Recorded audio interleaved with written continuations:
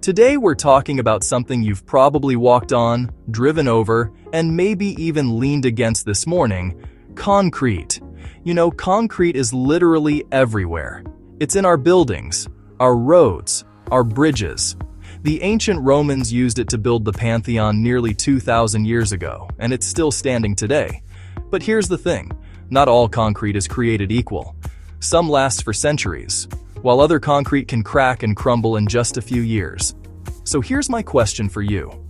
Have you ever wondered how engineers know exactly how much cement, water, sand, and gravel to mix together to create concrete that's strong enough to hold up a skyscraper?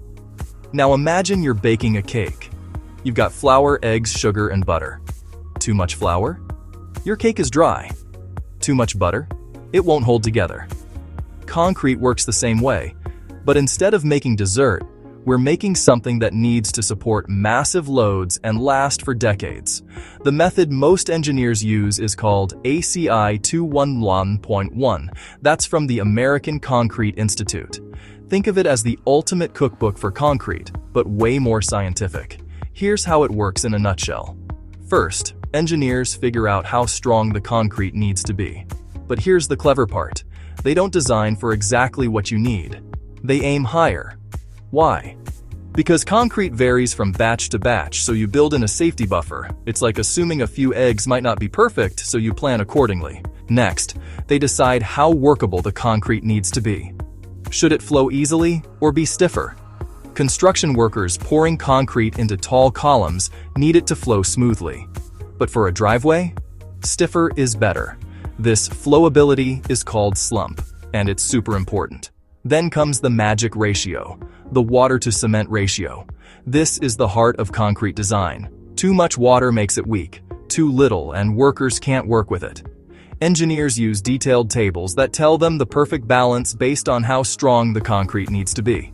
Generally, less water means stronger concrete, but there's always a sweet spot. Now here's where it gets really interesting.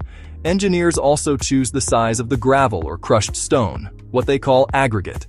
Bigger stones actually mean you need less water and less cement, which saves money and makes better concrete.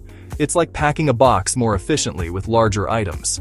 After that, they calculate how much air should be in the mix. Tiny air bubbles act like microscopic cushions. When water freezes and expands in cold weather, these bubbles give the ice room to grow without cracking the concrete. Pretty smart, right? Finally, engineers use something called the absolute volume method to figure out exactly how much sand they need. It's basically making sure all the pieces fit perfectly into 1 cubic yard, accounting for every particle, every drop of water, and even those tiny air bubbles we just talked about.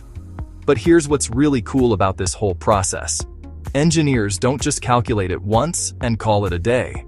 They make test batches, adjust the recipe, test it again.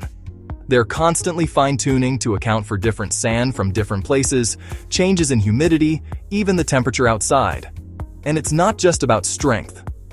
Engineers also have to think about durability. Will this concrete be exposed to seawater, freezing winters, de-icing salts on roads? Each of these conditions requires different design choices.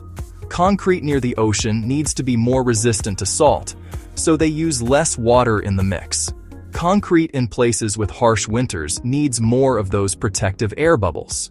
The ACI 211.1 method gives engineers a systematic, proven way to design concrete that's been refined over decades.